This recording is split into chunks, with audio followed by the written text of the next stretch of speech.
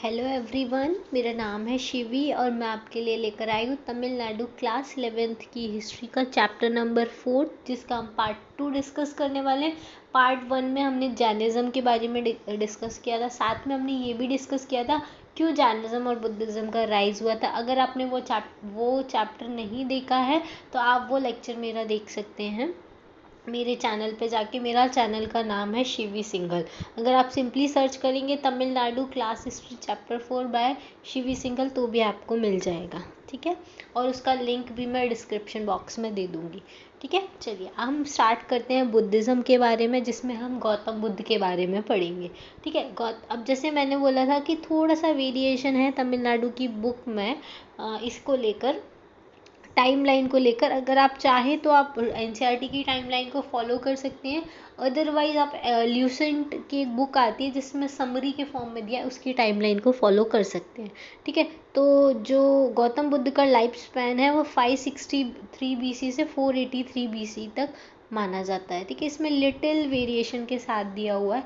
Otherwise this book is very good, आप एक बार इसको ज़रूर पढ़िएगा। मेरा रिकमेंडेशन है, अगर आप यूपीएससी, एसएससी या किसी भी स्टेट पीसीएस के एग्ज़ाम की तैयारी कर रहे हैं तो आप तमिलनाडु हिस्ट्री बुक को ज़रूर पढ़िएगा। और अगर आप किसी भी टॉपर की स्पीच देखते हैं कि कैसे उन्होंने प्रिपरेशन की, तो वो आपको तमिलनाडु हिस्ट्री की क्लास 11th और 12th की बुक ज़रूर रिकमेंड करेंगे, क्योंकि ये बुक बहुत अच्छी है। इनके हर लाइन में एक एमसीक्यूज़ बनता है। और इस बुक को रीड करने का सबसे अच्छा तरीका है कि जब आप इस बुक को रीड करें ना, तो अपने साथ एक नोटबुक लेकर बैठे। इवन आप मेरा लेक्चर भी सुन रहे हैं तो आप एक नोटबुक लेकर बैठे और मैं जो बोलते जा रही हूँ वो आप पॉइंट वाइज नोट करते जाइए। इससे आपकी अंडरस्टैंडिंग काफ़ी बढ़ जाएगी, ठीक है। और आपको लर्न भी बहुत जल्दी हो जाएगा, ठीक है। तो चलिए बुद्धिज़्म के बारे में स्टार्ट करते हैं। तो जो गौतम बुद्ध थे, उनका नाम गौतम था या सिद्धार्थ उनको बोला जाता था। इन्होंने ही बुद्धिज़्म को फाउंड किया था। इनका बर्थ जो है वो लुम्बिनी गार्डन कपिलावस्तु में हुआ था, जो अभी नेपाल में आती है, ठीक है। इनके जो फादर थे वो थे शुद्धोधामा, जो शाक्य क्लान से बिलोंग करते थे। ये भी एक क्षत्रिय क्लान से बिलोंग करते थे। और इनकी मदर थी वो थी माया देवी, ठीक है। फिर लेकिन इनकी मदर जो थी उनकी डेथ हो गई थी इनके बर्थ के जस्ट बाद ही। तब इनकी आंटी जो थी प्रजापति गौतमी, उन्होंने इनको ब्रॉटअप किया था, बड़ा किया था, ठीक है। जब इनकी एज 16 ईयर्स की थी, कितने ईयर्स की, 16 ईयर्स की थी, तब इनकी शादी हुई थी यशोधरा से। और इनको एक सन था। जैनिज्म में हमने पढ़ा था जब उनकी शादी हुई थी तो उनको एक डॉटर हुई थी, ठीक है। इनको सन हुआ था, ठीक है। इनके सन का नाम था राहुल। जब ये अपने घर से निकले थे तब उनको 4 चीज़ें इनके रास्ते में मिली थी। एक तो ओल्ड मैन, एक डिसीज्ड मैन, एक कॉर्प मतलब डेड बॉडी, और एक असेटिक, ठीक है। इन सब में इनको सबसे जो खुश और पीसफुल लगा वो था असेटिक। इसके वजह से इन्होंने अपनी जो लाइफ थी, जो भी लाइफ ये जी रहे थे एज अ क्षत्रिय, उसको लाइफ को गिव अप कर दिया था और ये क्या बन गए थे, असेटिक बन गए थे। और अपना घर छोड़ दिया था at the age of 29 years की एज में छोड़ दिया था। महावीरा ने छोड़ा था 30 ईयर्स की एज में, इन्होंने 29 ईयर्स की एज में छोड़ दिया था। किस लिए? ट्रुथ को सर्च करने के लिए कि क्या सच्चाई है पीसफुल माइंड के लिए, उसके लिए। फिर ये 7 ईयर्स तक भटके थे, मतलब 29 ईयर्स की एज में छोड़ा था प्लस 7, तो कितने ईयर्स के हो गए होंगे, 36 ईयर्स में इनको एनलाइटनमेंट हो गया था। कब इनको एनलाइटनमेंट हुआ था? जब 7 ईयर्स घूमते घूमते हो गया, एट लास्ट ये क्या किया, बोधि ट्री जो बोध गया में है उसके नीचे बैठ गए और इंटेंस तपस्या की, मतलब इंटेंस पेनांस मतलब घोर तपस्या की। उसके बाद इनको क्या हो गया, एनलाइटनमेंट हो गया, जिसको बोलते हैं nirvana, at the age of 35 year की एज में इनको निर्वाणा की प्राप्ति हुई या एनलाइटनमेंट हो गया। गौतम महावीरा को भी सेम, उनको केवल ज्ञान की प्राप्ति हुई थी एट द एज ऑफ 42, इनको हो गई थी 35 में। ये देखो, जो वैदिक कल्चर वाला चैप्टर है और ये जैनिज्म बुद्धिज्म, इन दोनों चैप्टर में आप कंपैरेटिव स्टडी करोगे तो आपको ज़्यादा चीज़ें क्लियर हो जाएंगी, ठीक है। उसके बाद इनको बुद्धा के नाम से जाने लगे। इसको एनलाइटेंड वन कहा जाता है। इन्होंने जब अपनी फर्स्ट स्पीच दी एनलाइटेंड होने के बाद, इनका जो फर्स्ट सेरेमन जिसको बोला जाता है वो दिया था सारनाथ, नियर बनारस के पास में जो एक जगह सारनाथ, वहाँ के डियर पार्क में इन्होंने दिया था। उसके बाद 35 ईयर की एज में इनको एनलाइटनमेंट हो गया था। उसके बाद 45 ईयर्स तक इन्होंने अपने जो डॉक्ट्राइन था उसको प्रीच किया, लोगों की हेल्प की, और इनकी डेथ हो गई थी 80 ईयर्स की एज में कुशीनगर में। कहाँ पर इनकी डेथ हुई थी? कुशीनगर में। इनका बॉर्न जो था वो लुम्बिनी का था, कपिलावस्तु, ठीक है, कौन सी ईयर में? 563 BC। और इनकी डेथ कहाँ पर हुई थी? कुशीनगर में, 483 BC। ये इनकी टोटल लाइफ कितनी ईयर्स की थी? 80 ईयर्स की थी, ठीक है। जो हमने जैनिज्म के बारे में पढ़ा था, महावीरा का जन्म कहाँ हुआ था? तो वो हुआ था कौन सी ईयर में हुआ था? 540 BC में हुआ था। और कहाँ पर हुआ था? कुंडलग्राम में हुआ था, ठीक है, कुंडलग्राम में हुआ था। और उनकी डेथ कहाँ पर हुई थी? 72 ईयर्स की एज में उनकी डेथ हुई थी, पावा नियर राजगिरा। ये याद रखना, ओके। सबसे जो इम्पोर्टेंट डिसाइपल्स थे बुद्धा की लाइफ के वो थे सरीपुत्ता, मोगलाना, आनंदा, कसप्पा और उपाली। ये 4 उनके फेमस डिसाइपल हुआ करते थे। और फिर इनके रॉयल पैट्रोन, मतलब कौन कौन से राजा इनको फॉलो करते थे? जो प्रसन्नजीत ऑफ कोशाला इनको फॉलो किया करते थे, बिंबिसारा, अजात शत्रु ऑफ मगध, ये सब इनको फॉलो किया करते थे, ठीक है। उसके बाद इनके डिसाइपल भी बन गए थे। Buddha in his life time spread his message far and wide in the north India. मतलब बुद्धा की लाइफ टाइम में ही, मतलब बुद्धा जब जिंदा थे तभी उन्होंने अपना जो डॉक्ट्राइन था वो नॉर्थ इंडिया में काफ़ी फेमस कर दिया था, ठीक है। और उन्होंने बहुत सारी प्लेसेस को भी विजिट किया, जैसे बनारस हुआ, राजगिरा हुआ, सरावस्ती हुआ, वैशाली हुआ, नालंदा हुआ, पाटलीग्रामा हुआ, ठीक है। इसके वजह से बुद्धिज़्म काफ़ी स्प्रेड हो गया था। और वो किसी भी फ्रूटलेस कंट्रोवर्सीज़ में इन्वॉल्व नहीं थे, जैसे कि गॉड एग्जिस्ट नहीं करता, सोल नहीं होता, कर्मा नहीं होता, रीबर्थ नहीं होता। जैसे कि जैनिज्म में उन्होंने बोला था कि गॉड जैसी कोई चीज़ नहीं होती, ये जो वर्ल्ड होता है वो विदाउट क्रिएटर चल रहा है। लेकिन इन्होंने ऐसा कोई स्टेटमेंट कभी नहीं दिया। ये सिर्फ किस चीज़ पे कंसंट्रेट करते थे? लोगों की जो प्रैक्टिकल प्रॉब्लम्स है उनको सॉल्व किया करते थे। अगर कोई अपनी प्रॉब्लम लेके इनके सामने आता था तो ये उस प्रॉब्लम का सॉल्यूशन बताते थे रीज़न के साथ। ये बहुत बड़े रैशनलिस्ट थे, हर चीज़ का इनके पास रीज़न हुआ करता था, हर किसी के प्रॉब्लम का रीज़न ये दिया करते थे, ठीक है। इसलिए बुद्धा को ज़्यादा और ये मिड पाथ को फॉलो करते थे, ठीक है। ना तो बहुत एक्सट्रीम जाते थे, ना ही बहुत लीनियंट थे, ये मिड पाथ को फॉलो करते थे। जबकि जो महावीरा था उनका जो पाथ था वो एक्सट्रीम वाला पार्ट था। एक्सट्रीम न्यूडिटी को फॉलो करते थे, एक्सट्रीम स्टारवेशन को फॉलो करते थे। ये वैसा नहीं करते थे, ये बहुत काम टाइप के इंसान थे, एकदम मिड पाथ को फॉलो करने वाला इंसान था ये, ठीक है। प्रैक्टिकलिटी पे बहुत विश्वास करते थे। इनकी लाइफ के 4 नोबल ट्रूथ थे जो उन्होंने बताए थे टीचिंग्स में इन्होंने जो दिए थे। ये बोलते थे जो वर्ल्ड है इज़ फुल ऑफ सफरिंग, मतलब पूरी दुनिया में सिर्फ लोग सफरिंग से परेशान है, दुख से परेशान है, ठीक है।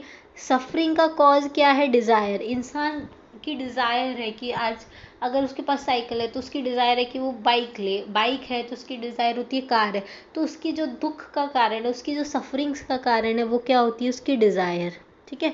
अब इन डिज़ायर से कैसे गेट रिड ऑफ किया जा सकता है, कैसे छुटकारा पाया जा सकता है? सफरिंग्स, मतलब इन डिज़ायर्स को ख़त्म करके ही इन सफरिंग्स को हटाया जा सकता है। जब तक डिज़ायर ख़त्म नहीं होगी तब तक सफरिंग ख़त्म नहीं होगी। जब तुम्हारे पास साइकिल है, अगर तुम साइकिल में ही खुश हो, तुमको डिज़ायर ही नहीं है बाइक खरीदने की, तो तुमको कोई परेशानी नहीं होगी। तुम ना तो उसको देखकर जलोगे, ना ही तुमको उसको लेने की इच्छा होगी, ठीक है। तो ये बोलते थे डिज़ायर को ख़त्म कर दोगे तो तुम्हारी सफरिंग भी ख़त्म हो जाएगी। और इस चीज़ को करने के लिए आपको कौन सा पाथ फॉलो करना होगा? वो था 8 फोल्ड पाथ, अष्टांगिक मार्ग जिसको बोला जाता था, ठीक है। इसमें क्या होता था? आप अपना व्यू एकदम राइट रखें, राइट व्यू होना चाहिए, राइट रिजॉल्व होना चाहिए, राइट स्पीच होनी चाहिए आपकी, आप जो भी कर रहे हैं आपका राइट कंडक्ट होना चाहिए, आपकी लाइवलीहुड एकदम सही होनी चाहिए, ठीक है। आप जो जिस भी काम को करने जा रहे हैं उसके एफर्ट एकदम राइट होना चाहिए, और राइट माइंडफुलनेस होना चाहिए, आपका दिमाग पॉजिटिविटी से भरा हुआ होना चाहिए। ऐसा ये बोलते थे। उसके अलावा राइट कंसंट्रेशन होना चाहिए। राइट कंसंट्रेशन मतलब आप जहाँ पे भी कंसंट्रेट करें वो सही जगह होना। इन 8 पाथ को अगर आप फॉलो कर लोगे तो आपको कोई डिज़ायर ही नहीं बचेगी। जब कोई डिज़ायर ही नहीं होगी तो आप सफ़र भी नहीं करोगे। ऐसा गौतम बुद्धा का मानना था। ठीक है, ओके। उसके बाद बुद्धा ने कभी ना तो एक्सेप्ट किया कि गॉड रहते हैं या एग्जिस्ट करते हैं, ना ही रिजेक्ट किया कि गॉड का कोई एग्जिस्टेंस नहीं है, क्योंकि ये मिड पाथ फॉलोअर थे। उन्होंने सबसे ज़्यादा एम्फेसिस किया किस पे दिया, लॉ ऑफ कर्मा पे। अगर आप अच्छे काम करोगे तो आपको अच्छा फल मिलेगा, ऐसा बुद्धा बोलते थे। ठीक है, उन्होंने ही argued that the condition of man in life, अच्छा, जो भी मैन की कंडीशन होती है वो उसी की डीड पे डिपेंड करती है। जो जैसा चाहता है वो जैसा करता है वैसी ही उसकी कंडीशन होती है। अगर आप अच्छे काम करोगे तो आपको अच्छा फल मिलेगा, अगर आप किसी का भला करो तो आपका भला होगा, ऐसा वो बोलते थे। ठीक है, he taught that soul doesn't exist. वो ऐसा बोलते थे सोल एग्जिस्ट नहीं करती थी, इसलिए अहिंसा पे वो विश्वास करते थे। एम्फेसाइज करते थे कि कभी किसी को मारना नहीं है, मारने से किसी को कुछ नहीं मिलेगा। ये अहिंसा का जो उनका एम्फेसाइज उन्होंने अहिंसा को किया था, इसी अहिंसा को गांधी जी ने फॉलो किया था हमारे नेशनल फ्रीडम मूवमेंट में। ठीक है, फिर love for the human be, वो सबको प्यार करते थे, चाहे वो ह्यूमन बीइंग्स हो चाहे लिविंग क्रिएचर्स हो। ठीक है, इवन ग्रेवेस्ट डिस्कशन, जिसमें ज़्यादा से बुरे डिस्कशन में बहुत ही ज़्यादा ग्रेवेस्ट कंडीशन भी हो ना, तभी भी कभी भी वो थोड़ा भी गुस्सा नहीं दिखाते थे, ना ही किसी के लिए हेट्रेड दिखाते थे। इस वजह से वो हर किसी का दिल जीत लेते थे। He conquered everyone by his love and compassion. वो अपनी जो प्यार से बोलने वाली उनकी आदत थी, उसके वजह से वो हर किसी का दिल जीत लेते।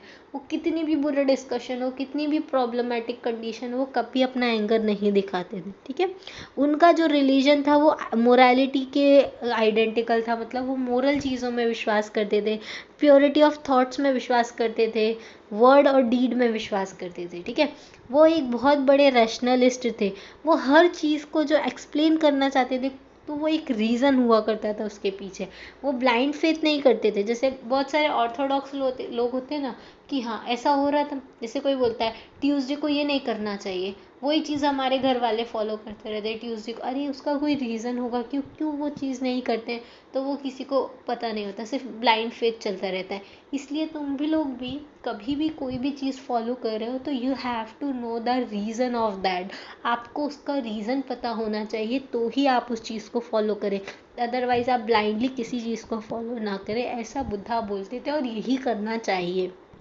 ठीक है, अगर आपकी दादी आपको बोलती है बेटा ऐसा नहीं करो, तो आप दादी को पूछो, दादी इसका कोई रीज़न होता है ये क्यों नहीं करना चाहिए। हर किसी के घर में ऐसे बहुत लोग होते हैं जो ऐसा बोलते हैं ये नहीं करना चाहिए।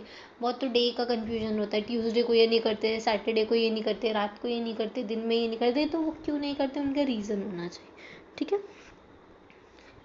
नेक्स्ट हम देख, इन्होंने ही डिड नॉट मेक, कभी डायरेक्ट अटैक नहीं किया कास्ट सिस्टम के ऊपर, लेकिन ये सोशल डिस्टिंक्शन के अगेंस्ट थे कि सोसाइटी में कोई डिवीजन नहीं होना चाहिए। ठीक है, इसलिए जो बुद्धिज़्म था वो एक जो बुद्धिज़्म था वो एक सोशल रिवॉल्यूशन था as compare to religious revolution.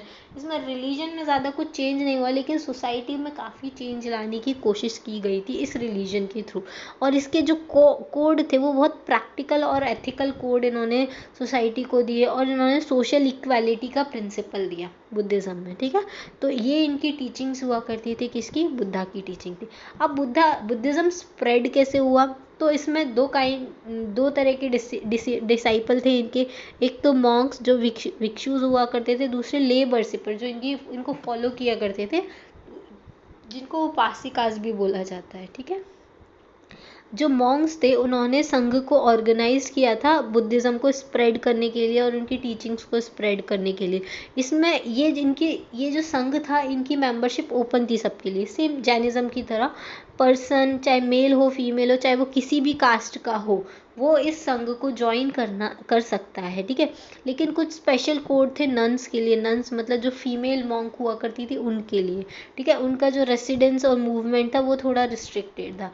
उनकी सेफ्टी के लिए, नॉट कास्ट के बेसिस पे या फिर जेंडर बेस पे नहीं था, उनकी सेफ्टी के लिए उनको थोड़ा रिस्ट्रिक्ट किया गया था। और इनके जो फेमस मॉन्क डिसाइपल थे वो थे सरिपुत्ता, मोगलाना और आनंदा। आनंदा बहुत फेमस मॉन्क हुआ करते थे इनके, ठीक है। चलिए नेक्स्ट हम देखते हैं, हाँ, संघ को कौन गवर्न करता था? संघ जो था पूरा डेमोक्रेटिक लाइंस पे बना था।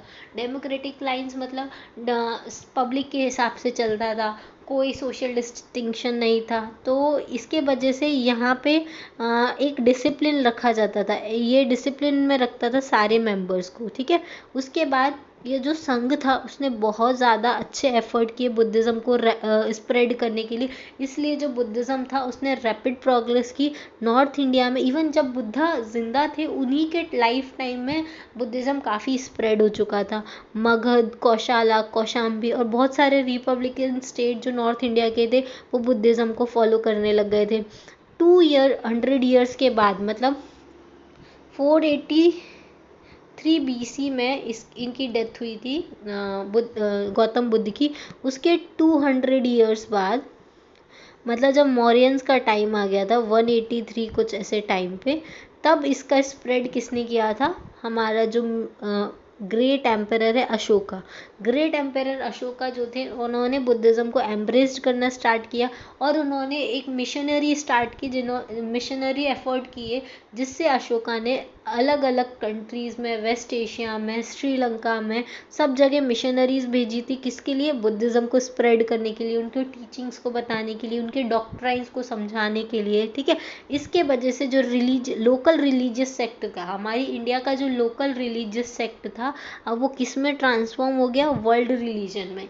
इसलिए अब जो अधिकतर देखना आप साउथ ईस्ट एशियन कंट्रीज़ जो है, जैसे म्यांमार हुई, ये हमारी मलय पेनिनसुला वाली कंट्री हुई, इंडोनेशिया हुई, चाइना हुई, जापान हुई, इन सब जगह बुद्धिज़्म को फॉलो किया जाता है। वो किसके एफर्ट की वजह से? अशोका की एफर्ट्स की वजह से, ठीक है।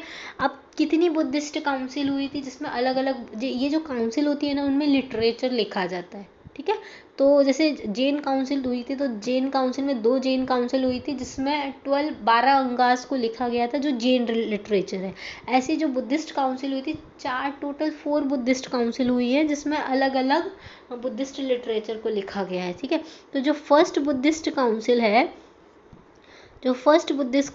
है वो राजगृह में हुई थी, जिसके चेयरमैन थे महापक्षा, जो बुद्धा की डेथ के बाद बने थे। इनका जो पर्पस था वो प्योरिटी लेके आना, जो प्योर टीचिंग्स थी बुद्धा की उसके ऊपर कोई लिटरेचर बनाना, ठीक है। फिर जो मैं एक सेकेंड में आपको ऐसे नहीं दूसरे तरीके से एक्सप्लेन करती हूँ। देखो, जब फर्स्ट बुद्धिस्ट काउंसिल हुई थी उसका ईयर था 483 BC। ये कहाँ पर हुई थी? राजगृह में हुई थी, और इसका जो रॉयल पेट्रोन, मतलब जो उस टाइम का राजा हुआ करते थे वो थे अजात शत्रु, ठीक है। इसमें क्या कंपाइल किया था? इसमें जो सुत्त पिताका और विनय पिताका, ये 2 लिटरेचर है बुद्धिस्ट लिटरेचर, इनको कंपाइल किया गया था, ठीक है। तो ये फर्स्ट बुद्धिस्ट काउंसिल थी। अब देखो सेकंड बुद्धिस्ट काउंसिल में क्या होता है? सेकंड बुद्धिस्ट काउंसिल हुई थी 383 BC में। कौन सी ईयर में हुई थी? 383 BC में, वैशाली में हुई थी, ठीक है। इसके जो राजा जिन्होंने इसको ऑर्गेनाइज कराया था वो थे काल अशोका। कौन थे? काल अशोका। ये क्यों हुई थी? क्योंकि जो वैशाली के मॉन्क्स थे वो कुछ चेंज चाहते थे जो मोनेस्ट्रियल कोड होते थे ना उसमें, इस वजह से ये सेकंड बुद्धिस्ट काउंसिल हुई थी 383 BC में, ठीक है। 2 बुद्धिस्ट काउंसिल हुई। अब जो थर्ड बुद्धिस्ट काउंसिल होगी वो कौन सी ईयर में होगी? 250 BC में होती है, ठीक है। ये कहाँ पर होती है? पाटलिपुत्रा, मगध की कैपिटल पाटलिपुत्रा में होती है। पाटलिपुत्रा में हुई तो ऑब्वियसली किसने कराई होगी? अशोका ने कराई होगी। अशोका ने जब इसको कराया तो उन्होंने क्या चीज़ कंपाइल की? जो तीसरा लिटरेचर है इसका बुद्धिज़्म का, वो है अभिधम्म पिताका। अभिधम्म पिताका उसको कंपाइल किया था, ठीक है। और साथ में इन्होंने इस काउंसिल में डिसीजन लिया था कि वर्ल्ड में ये मिशनरीज भेजेंगे वर्ल्ड के अलग अलग पार्ट में बुद्धिज़्म को प्रमोट करने के लिए, ठीक है। फोर्थ जो बुद्धिस्ट काउंसिल होती है वो हुई थी 98 AD में। कश्मीर में, ठीक है। उस टाइम कश्मीर का रूलर कौन हुआ करता था, वो थे कनिष्क, उनके टाइम पे हुई। और इस टाइम पे कनिष्क के बाद जो हमारा बुद्धिज़्म था उसके दो डिवीजन हो गए थे, हीनायाना बुद्धिज़्म और महायाना बुद्धिज़्म, ठीक है। ये दो सेक्ट में हमारा बुद्धिज़्म डिवाइड हो गया था। तो फर्स्ट जो हुई थी वो कब हुई थी, 483 बीसी में। सेकंड जो थी वो कब हुई थी, 383 बीसी में। थर्ड जो हुई थी वो 250 बीसी में। और फोर्थ जो हुई वो 98 AD में। और ये फर्स्ट वाली कहाँ पर हुई थी, राजगिरा में हुई थी। सेकंड वाली कहाँ पर हुई, वैशाली में हुई थी। थर्ड वाली पाटलिपुत्रा में हुई। फोर्थ वाली कश्मीर में हुई। फर्स्ट वाली के राजा कौन थे, अजात शत्रु, ठीक है। सेकंड वाली का राजा कौन था, काल अशोका। थर्ड वाली का अशोका। फोर्थ वाली का कनिष्का, ठीक है। फर्स्ट वाली में दो पिताका बनी थी, सुत्त पिताका और विनय पिताका। सेकंड वाली में मोनेस्टिक कोड को इम्प्रूव किया गया था। थर्ड वाले में अभिधम्म पिताका बनी थी, ठीक है। अभिधम्म पिताका बनी थी, साथ में मिशनरीज को भी सेंड किया गया था। फोर्थ वाली में हीनायाना और महायाना में हमारा जो बुद्धिज़्म था वो डिवाइड हो गया था, ठीक है। अब इनके डिक्लाइन होने का क्या मेन कॉज था, ठीक है। इनके डिक्लाइन होने का मेन कॉज ये था कि जो ब्राह्मणिज्म था और भगवतिज्म था वो वापस से रिवाइव हो गया था। इसके वजह से बुद्धिज़्म की पॉपुलैरिटी क्या हो गई थी, कम हो गई थी। साथ में क्या हुआ, पाली लैंग्वेज का यूज़ था पाली लैंग्वेज का, वो लोगों ने बंद कर दिया। जो कि बुद्धिज़्म की लैंग्वेज हुआ करती थी, लैंग्वेज ऑफ बुद्धिज़्म थी, उसको छोड़ दिया। अब लोगों ने क्या किया, संस्कृत को अडॉप्ट करना स्टार्ट किया, क्योंकि उनको लगता था जो संस्कृत लैंग्वेज होती है ना वो इलीट क्लास की लैंग्वेज होती है। इस वजह से उन्होंने पाली लैंग्वेज को ऐसे, जैसे हमारी इंडिया में नहीं होता, हम हिंदी को समझते हैं कि लोकल लैंग्वेज है और इंग्लिश को हम जो इंग्लिश बोलते हैं हम उसको बोलते हैं यार ये तो बहुत स्टैंडर्ड क्लास से आता है। तो वैसे ही उस टाइम था, संस्कृत को क्या था, ये लोग बहुत एलीट लैंग्वेज मानते थे। और पाली जो लोकल पीपल की लैंग्वेज होती थी उसको बहुत कॉमन और समझने लग गए थे, इसलिए इन्होंने संस्कृत लैंग्वेज को अडॉप्ट कर लिया था, ठीक है। दूसरा क्या हुआ था, महायाना बुद्धिज़्म का बर्थ हो गया था। तो इसके वजह से लोग एज अ बुद्धा को एज अ आइडल वर्शिप की तरह उसकी पूजा करने लगे, बुद्धा की मूर्ति बनाने लग गए, ठीक है, उनको डेकोरेट करने लग गए। तो जो बुद्धा की ओरिजिनल टीचिंग्स थी कि वो रीज़न के थ्रू लोगों की जो प्रॉब्लम थी उनको सॉल्व करने की, वो सारी चीज़ें धीरे धीरे डिक्लाइन होती गई। उसके बाद क्या हुआ, इस वजह से डिक्लाइन हो गया। साथ में क्या हुआ, 5th-6th सेंचुरी में हुंस का इन्वेजन हुआ। गुप्ता जो हम देखेंगे, गुप्ता जो होती है वो डिक्लाइन क्यों हुआ, वो हुंस के इन्वेजन की वजह से हुआ। मेरा जो फर्स्ट लेक्चर है जिसमें मैंने सिलेबस डिस्कशन किया है उसमें मैंने एक टाइमलाइन डिस्कस की है, जिसमें मैंने एंशिएंट हिस्ट्री में किसके बाद क्या होगा वो बताया। तो उसमें मैंने आपको ये भी बताया कि गुप्ता एज जब बड़ा एम्पायर बनता है, हर एम्पायर के बनने के बाद उसका डिक्लाइन होता है किसी ना किसी रीजन की वजह से। तो गुप्ता एम्पायर डिक्लाइन हुआ था हुंस इन्वेजन की वजह से, 5th-6th सेंचुरी में आए थे। उसके बाद टर्किश इन्वेडर्स आए थे, टर्किश मतलब बाबर आए 12th सेंचुरी में, दिल्ली सल्तनत के लोग आए। इन्होंने क्या किया, जो भी बुद्धिस्ट मोनेस्ट्रीज थी ना उनको डिस्ट्रॉय किया। इस वजह से और लोग बुद्धिज़्म को फॉलो करना बंद किया। इस वजह से बुद्धिज़्म क्या हुआ, इन सारे फैक्टर्स की वजह से बुद्धिज़्म डिक्लाइन हुआ। क्या क्या रीज़न थे, एक तो ब्राह्मणिज्म का ग्रोथ हो गया, ठीक है। फिर पाली लैंग्वेज का यूज़ करना लोगों ने बंद कर दिया क्योंकि संस्कृत को वो इलीट लैंग्वेज मानने लग गए थे। फिर महायाना बुद्धिज़्म ग्रो करने लग गया, बुद्धा को एज अ आइडल वर्शिप की तरह पूजा जाने लगा, जिससे उनकी जो ओरिजिनल टीचिंग्स थी वो ख़त्म हो गई। साथ में हुंस और टर्किश इन्वेजन हुए जिसके वजह से मोनेस्ट्री सारी की सारी डैमेज हो गई। इसके वजह से हमारा बुद्धिज़्म क्या हुआ, डिक्लाइन होता चला गया। अब बुद्धिज़्म की क्या क्या कॉन्ट्रीब्यूशन है इंडियन कल्चर में, तो देखो मैंने जैसा बताया कि बुद्धिज़्म ने हमको बहुत सारे रिमार्केबल कॉन्ट्रीब्यूशन किए हैं इंडियन कल्चर में। सबसे पहला जो उनका कॉन्ट्रीब्यूशन है वो है अहिंसा का कॉन्सेप्ट दिया उन्होंने। अहिंसा का जो कॉन्सेप्ट इन्होंने दिया था कि कभी किसी को मारना नहीं है, ये गलत चीज़ होती है। ये जो अहिंसा का कॉन्सेप्ट था इसको गांधी जी ने यूज़ किया था हमारे नेशन को चेरिस्ड वैल्यू देने के लिए, और फ्रीडम स्ट्रगल में इस चीज़ का यूज़ किया, ठीक है। उसके बाद आर्ट एंड आर्किटेक्चर में भी इनका कॉन्ट्रीब्यूशन कैसे है। आर्ट एंड आर्किटेक्चर जो था इंडिया का, जैसे सांची का स्तूप, भरूच का स्तूप, गया का स्तूप, ये सारे वंडरफुल पीसेस ऑफ आर्किटेक्चर है जो बुद्धिज़्म से रिलेटेड है, ठीक है। और उसके अलावा बुद्धिज़्म में चैत्या और बिहारास बनाए गए हैं अलग अलग पार्ट ऑफ इंडिया में, जो इंडियन कल्चर में काफ़ी इम्पॉर्टेंट है। उसके अलावा इन्होंने एजुकेशन को प्रमोट किया। एजुकेशन को कैसे प्रमोट किया, बहुत सारी रेसिडेंशियल यूनिवर्सिटीज़ हुआ करती हैं, जैसे तक्षशिला में एक यूनिवर्सिटी है, वो बुद्धिस्ट यूनिवर्सिटी है। नालंदा की यूनिवर्सिटी बुद्धिस्ट यूनिवर्सिटी है। विक्रमशिला यूनिवर्सिटी, ये भी बुद्धिस्ट यूनिवर्सिटीज़ है, ठीक है। तो हमारी रेसिडेंशियल यूनिवर्सिटीज़ काफ़ी बनी थी बुद्धिज़्म के टाइम। उसके अलावा पाली लैंग्वेज और अदर लोकल लैंग्वेज का डेवलपमेंट हुआ बुद्धास की टीचिंग को प्रमोट करने के लिए, ठीक है। It also promoted spread of Indian culture to the other parts of Asia. जैसे बुद्धिज़्म का स्प्रेड करने के लिए लोग इंडिया से बाहर गए, तो इंडिया के बाहर जब वो बुद्धिज़्म को स्प्रेड करेंगे तो इंडिया के कल्चर को भी इन्होंने स्प्रेड किया, ठीक है। तो ये सारा कुछ था बुद्धिज़्म के बारे में।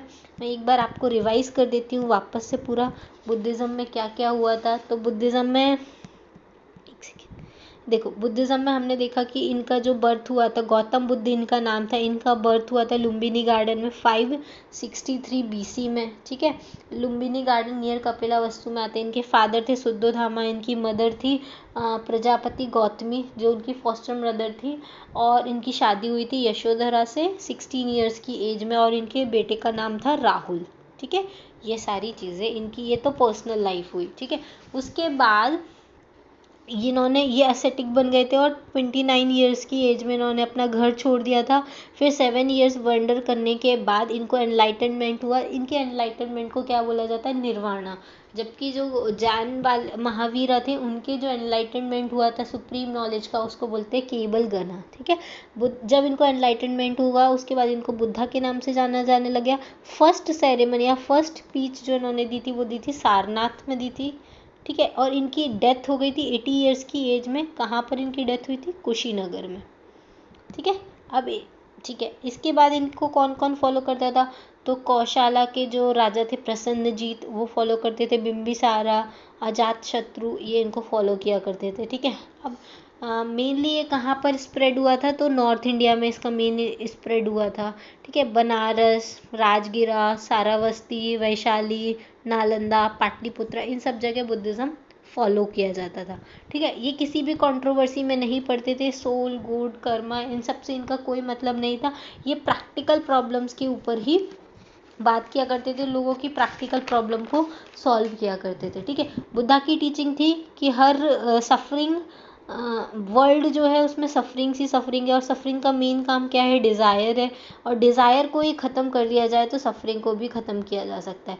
तो डिज़ायर को ख़त्म करने के लिए इन्होंने 8 फोल्ड पाथ दिया था, जिसमें इन्होंने बोला था कि राइट व्यू होना चाहिए, राइट रिजॉल्व होना चाहिए, राइट स्पीच होना चाहिए, राइट कंडक्ट होना चाहिए, राइट लाइवलीहुड होना चाहिए, राइट एफर्ट्स होने चाहिए, राइट माइंडफुलनेस होना चाहिए, और राइट कंसंट्रेशन होना चाहिए।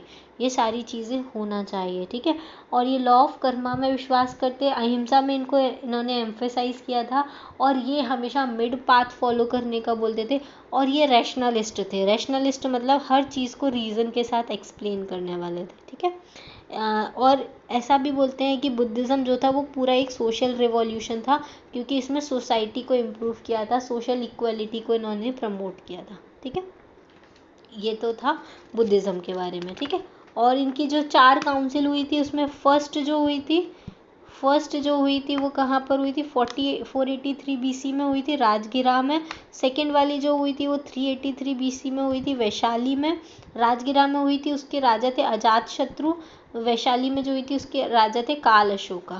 थर्ड वाली जो हुई थी वो 250 BC में हुई थी, वो हुई थी पाटलिपुत्रा में, जिसके राजा थे अशोका। फोर्थ वाली जो हुई थी वो 98 AD में हुई थी, किसके अंडर में हुई थी, कनिष्क के अंडर में, ठीक है। तो ये 4 बुद्धिस्ट काउंसिल हुई थी, और इनके डिक्लाइन होने का रीज़न ये था कि ब्राह्मणिज्म का ग्रोथ होना स्टार्ट हो गया था, पाली लैंग्वेज यूज़ करना बंद कर दिया था, संस्कृत को एज ए एलीट लैंग्वेज मानने लगे थे, उसको यूज़ करना स्टार्ट किया था। महायान बुद्धिज़्म का ग्रोथ हो गया था, गौतम बुद्ध को एज आ आइडल पूजा करना स्टार्ट कर दिया था, इसलिए बुद्धिज़्म की जो ओरिजिनल टीचिंग्स थी वो ख़त्म हो गई। और इनका क्या क्या कंट्रीब्यूशन था, तो अहिंसा का पाठ इन्होंने हमको पढ़ाया, पहली चीज़। आर्ट एंड आर्किटेक्चर में बहुत सारे स्तूपा है रिमार्केबल, जैसे सांची का स्तूप, भरूच का स्तूप, ये सारी चीज़ें अच्छी थी। ठीक है, उसके अलावा एजुकेशन में काफ़ी अच्छा प्रमोट किया था इन्होंने। तक्षशिला, नालंदा, विक्रमशिला, ये सारी रेसिडेंट यूनिवर्सिटीज़ हमारी इंडिया में स्टार्ट की। ठीक है, पाली और अदर लोकल लैंग्वेज का डेवलपमेंट हुआ बुद्धिज़्म की वजह से, और इंडियन कल्चर को इंडिया के बाहर पहुंचाने का काम भी बुद्धिज़्म रिलीजन का था। ठीक है, तो ये चैप्टर था बुद्धिज़्म के बारे में। इसके साथ हमारा चैप्टर 4 ख़त्म होता है। नेक्स्ट लेक्चर में हम चैप्टर 5 स्टार्ट करेंगे। अगर आपको ये लेक्चर पसंद आए तो प्लीज़ लाइक कीजिएगा, और अगर आप फर्दर मेरे लेक्चर्स देखना चाहते हैं तो सब्सक्राइब कीजिएगा, जिससे आपको फर्दर फ्यूचर के जो भी लेक्चर्स अपलोड होंगे उनका नोटिफिकेशन मिल जाएगा। Thank you, thanks for watching, बने रहिए मेरे साथ।